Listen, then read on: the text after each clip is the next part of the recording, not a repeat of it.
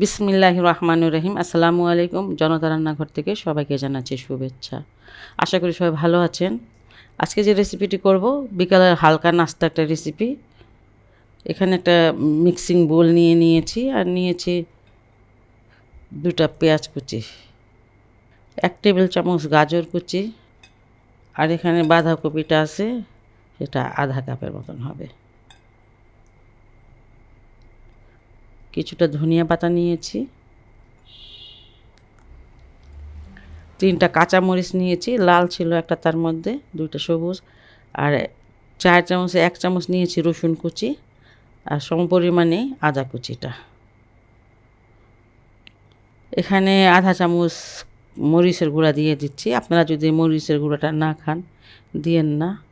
আর এখানে 1/4 চামচ দিচ্ছি গরম মশলা, স্বাদ মতো লবণ দিয়ে দিব, আর এগুলো খুব ভালো করে চটকিয়ে নেব।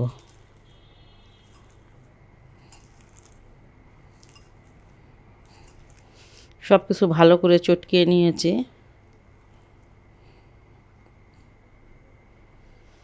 এখানে 2 টেবিল চামচ আছে ময়দা, আর ময়দা যদি নাই থাকে তাহলে কিন্তু আটাটা দিয়ে নেবেন, তাও হবে। এখানে 2টা ডিম দিয়ে দিচ্ছি। এবার একটা চামচ নিয়ে নিলাম,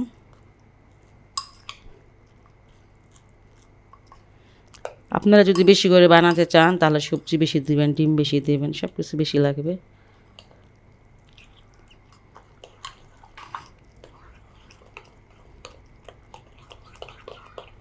মাখানোটা হয়ে গেল, সরিয়ে নিচ্ছি।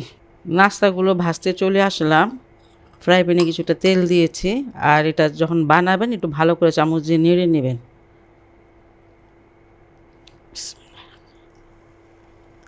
আপনি কিন্তু এই যে পুরাটা মিশ্রণটা একটা বানিয়ে নিতে পারেন, তারপর কেটে কেটে খেতে পারেন। আমি কিন্তু এইভাবেই করতেছি।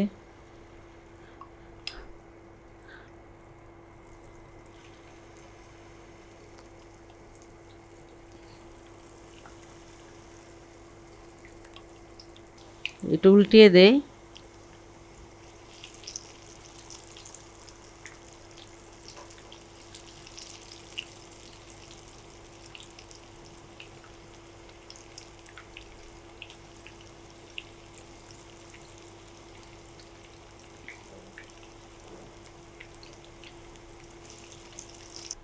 প্রায় 5-6 মিনিট ভেজে নিলাম, কারণ সবজিগুলো তো কাঁচা।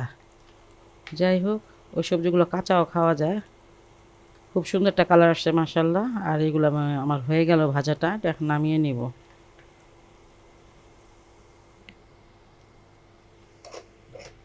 খুবই সহজ একটি রেসিপি এবং হেলদি। এটা আপনার বাসায় অবশ্যই ট্রাই করতে পারেন। আর যদি ভালো লাগে তাহলে আমার চ্যানেলকে লাইক, কমেন্ট, সাবস্ক্রাইব করবেন। সবাই ভালো থাকুন, সুস্থ থাকুন, নিরাপদে থাকুন, এই দোয়া করি। আল্লাহ হাফেজ।